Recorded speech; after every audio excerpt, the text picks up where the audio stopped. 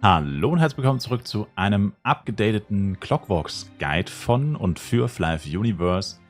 Um euch einfach alle Infos zu geben, die es zu wissen gibt, bei Clockworks wird immer noch sehr viel gefragt, wie, wo, was, warum. Und heute möchte ich euch einfach eine Komplettübersicht geben, auch zum Beispiel, wie viel HP braucht ihr für die verschiedenen Schwierigkeiten und so weiter. Und ja, einfach alles nochmal zusammengefasst in einem Video. Als allererstes, um überhaupt Clockworks machen zu können, müsst ihr eine Bedingung zwingend erfüllen. Und zwar müsst ihr mit Level 70 beim Bürgermeister von Darkon eine Quest abschließen. Und das Ganze ist aber nicht hundertprozentig verpflichtend, sondern nur notwendig, um Clockworks zu öffnen bzw. zu starten. Das heißt, wenn ihr mit mehreren Charaktern reingeht oder mit mehreren Leuten, dann muss nur einer die Quest gemacht haben. Und zwar der die Instanz öffnet. Sobald die Instanz offen ist, kann jeder joinen, auch Charakter, die nicht mal Level 70 sind und vor allem auch alle Charakter, die nicht die Quest gemacht haben. Das heißt, die Quest braucht immer nur der Charakter, der die Instanz öffnet. Alle anderen brauchen sie nicht, aber grundsätzlich ist es die Voraussetzung, um Clockworks machen zu können, dass zumindest ein Charakter die Quest abgeschlossen hat. Clockworks selbst findet ihr dann hier bei Clockworks Käfig. Ist ein bisschen verwirrend, das ist halt mitten in den Bergen. Ja, man kommt einfach dahin, wenn man Darkon Blinkwing benutzt und vor der Magie-Tante in Darkon steht. Einfach hier dieses kurze Stück durchs Wasser laufen, beziehungsweise über das Wasser. Und dann ist hier die Höhle. Und dann, ja, ist nicht zu übersehen. Ich meine, das weiß eigentlich jeder, wo das ist. Dann steht hier der NPC Eshilop. Hier drückt man auf Dungeon. Und hier sehen wir jetzt schon das neue System mit leicht, mittel, schwer, das es früher nicht gab. Und auch zu Beginn von Flive Universe nicht gab. Das ist noch verhältnismäßig neu, 1,5 Jahre, glaube ich, mittlerweile alt. Und hier gibt es jetzt eben diese 3 Schwierigkeiten. Die Schwierigkeiten selber sind relativ simpel, leicht, mittel, schwer, niedrige Drops, normale Drops, erhöhte Drops. Das ist eigentlich relativ, ja, also wir gehen gleich noch darauf ein, was genau die Unterschiede sind. Aber im Endeffekt steht es ja eh da, du hast einen leichteren Kampf mit niedrigeren Drops, du hast einen mittleren Kampf mit den normalen Drops, das ist der normale Clockworks, könnte man sagen. Und du hast einen, in Anführungszeichen, schweren Kampf mit erhöhten Drops. Gut, ist jetzt eigentlich relativ simpel. Wichtiger ist diese Information, die viele Leute immer noch nach Jahren verwirrt. Eintritt, Gilde oder Solo. Und zwar ist Clockworks grundsätzlich ein Gilden-Dungeon oder eine Gildeninstanz. Das bedeutet, nur Charakter, die in der gleichen Gilde sind, können gemeinsam gegen ihn kämpfen. Also wenn ihr mit mindestens 2 Charaktern oder mit mindestens 2 Leuten Clockworks zusammen machen wollt, dann müssen die auch in der gleichen Gilde sein. Wenn sie nicht in der gleichen Gilde sind, können sie unmöglich in die gleiche Clockworks-Instanz. Was neu dazugekommen ist oder was anders ist, wenn man Solo ist, dann braucht man theoretisch in keiner Gilde sein. Man kann einfach Solo Clockworks herausfordern. Da gibt es dann aber auch wieder eine Besonderheit. Und zwar ist in der Solo-Instanz grundsätzlich ist sowieso so geregelt, unabhängig von dem, was jetzt hier oben steht, dass man da eigentlich fast nichts droppt und Clockworks in einer extrem abgeschwächten Version erscheint. Darauf gehen wir, wie gesagt, gleich noch ein auf die genauen Unterschiede. Und das lohnt sich eigentlich überhaupt nicht. Also Solo-Clockworks zu machen ohne einen anderen Charakter ist eigentlich komplette Zeitverschwendung. Das bringt eigentlich fast gar nichts, wenn man so gut wie nichts droppen wird. Und ja. Dann Minimum Autorenlevel, ja, ist halt schlecht übersetzt. Also der Typ, der die Instanz aufmacht, muss halt logischerweise mindestens Level 70 sein. Wie schon gesagt, er muss ja auch die Quest auf Level 70 abgeschlossen haben. Grundsätzlich ist es aber so, wenn ihr unter Level 80 seid, dann kriegt ihr bei Clockworks erhöhten Schaden. Und es kann sein, dass ihr selbst mit 10 oder 11 oder 12.000 HP sterben werdet. Ist also grundsätzlich nicht zu empfehlen, Clockworks hier mit Level 70 schon zu starten. Und das mit der Quest steht ja sowieso nochmal dabei. Zeige uns, was du kannst. Das so heißt die Quest halt.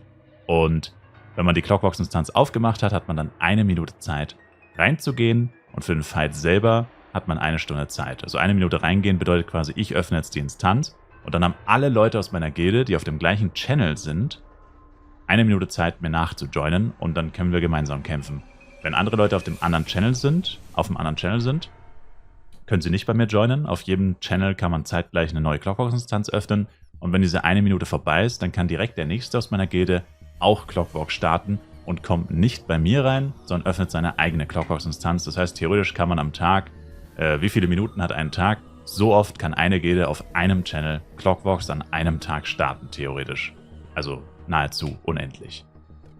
So, und jetzt kommen wir zu den Unterschieden der verschiedenen Variationen.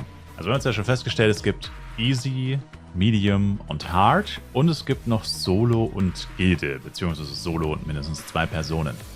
Das heißt, es gibt insgesamt 6 verschiedene Versionen von Clockworks aufgrund dieser Umstände. Wie gesagt, die Solo-Varianten, auf die gehe ich jetzt natürlich auch noch ein, aber eigentlich komplett irrelevant. Also, wenn ihr so Clockworks machen wollt, macht ihn einfach nicht Solo. Wenn ihr ihn einmal machen wollt, nur fürs Gefühl oder so, dann macht ihn Solo. aber zum Farmen ergibt es einfach keinen Sinn. Also entweder macht ihn mit dem Gildenmodus oder in dem Gildenmodus oder man macht ihn einfach gar nicht. Ist meine Meinung. So, das hier ist Clockworks Base, also das ist die Basis. Das ist auch zeitgleich der Medium Clockworks. Der hat 62,5 Millionen HP. Und gut, diese anderen Werte hier, ja gut, die sagen uns jetzt nicht wirklich viel. Was man noch wissen sollte, ist, dass Clockworks eine Resistenz gegen jedes Element hat. Das heißt, grundsätzlich ist es hier tatsächlich von Vorteil, wenn man kein Element auf der Waffe hat. Allerdings ist es jetzt bei vielen Klassen halt einfach so, ich meine, du hast halt normalerweise bei BP, Ranger, Jojo Jester und so, du hast halt einfach dein Element auf der Waffe oder selbst Blades und Knights haben teilweise Element plus 10. Ich meine, nur deswegen das Element von der Waffe tun wäre absolut hirnrissig. Im Endeffekt juckt es nicht wirklich. Es ist einfach da. Wenn man es weiß, kann man theoretisch sein Element, wenn man es nur plus 1 hat, von der Waffe runternehmen.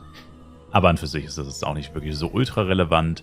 Genau, dann gibt es hier noch ein paar Zusatzinfos. Es gibt natürlich wie immer den Rage-Mode. Der beginnt hier bei 30% HP. Da macht er dann mehr Damage. Also am Ende macht Clockworks mehr Schaden als am Anfang. Und genau, das waren eigentlich so die wichtigen Sachen. Und dann ist es eben so, dass es hier diese 3 Related Dungeons gibt. Und das sind eben die verschiedenen Versionen. Leider steht im Wiki oder auf Englisch heißt es anscheinend normal.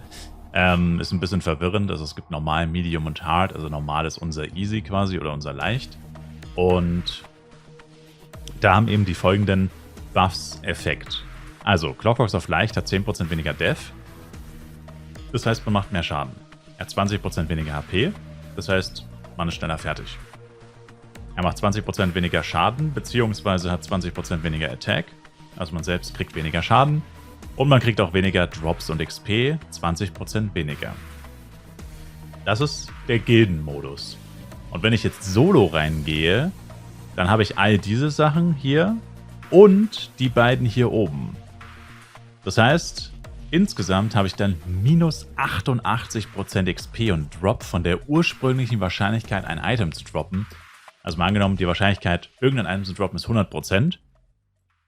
Wenn ich Easy Clockworks mache, solo, habe ich nur noch 12% Chance, dieses Item zu droppen.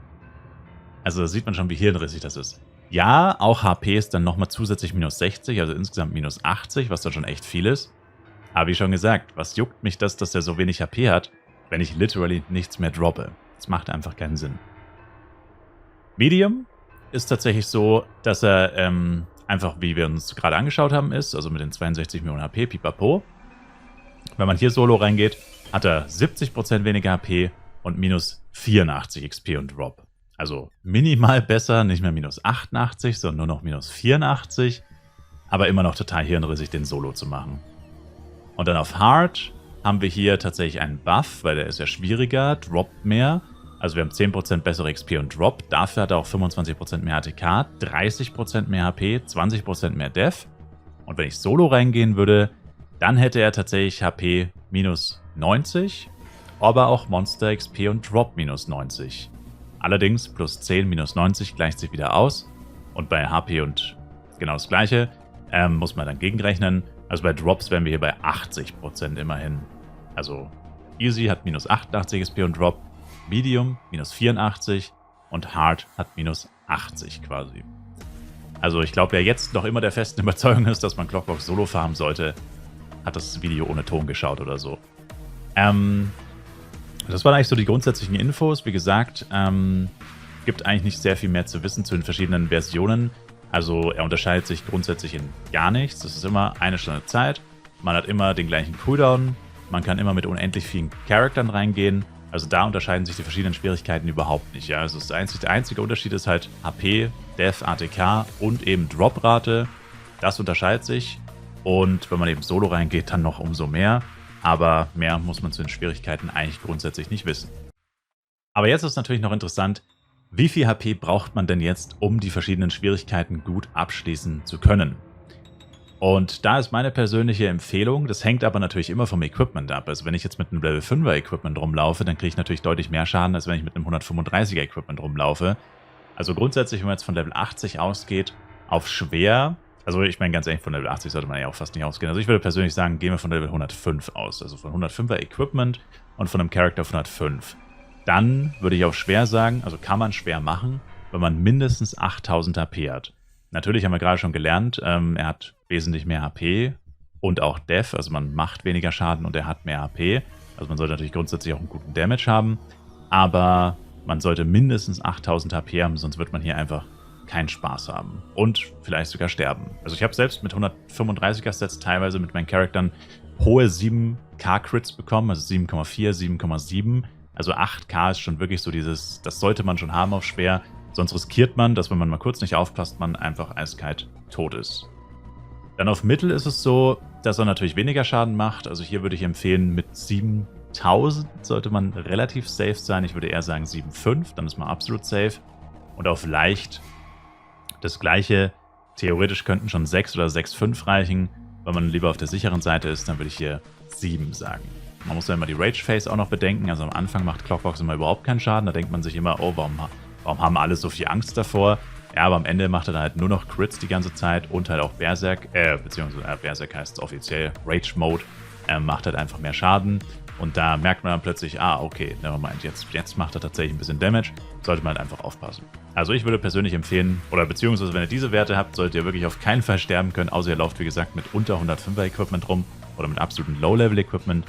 7000, 7,5, 8000 HP und vom Schaden her würde ich grundsätzlich sagen, unter 30k DPS sollte man hier auch gar nicht reingehen und das Ziel wäre schon, dass euer Damage-Dealer mindestens 50k DPS hat. Alles unter 50.000 ist schon echt wenig und dann dauert Clockworks so lange, dass man auch hier wieder argumentieren kann, dass sich das eigentlich fast nicht lohnen kann, weil es einfach zu lange dauert und die Drops halt heutzutage auch einfach nicht mehr so viel wert sind und entsprechend dann hat man halt nicht so viel davon. Und damit war es auch mit diesem kurzen, informativen oder hoffentlich informativen Clockworks Guide-Video für euch. Wie gesagt, da hat sich einiges geändert, seit das erste Mal Flive Universe an den Start ging, beziehungsweise seit Clockworks generell das erste Mal in Flive herausgefordert wurde. Aber es ist kein Hexenwerk und jetzt müsstet ihr eigentlich alle Infos haben. Ich sage danke euch vielmals fürs Zuschauen. Ich würde mich sehr über ein Like, Kommentar, ein Abo von euch freuen. Und ich hoffe, wir sehen uns im nächsten Flive Universe Video wieder. Bis dahin, macht's gut, haut's rein und ciao, ciao.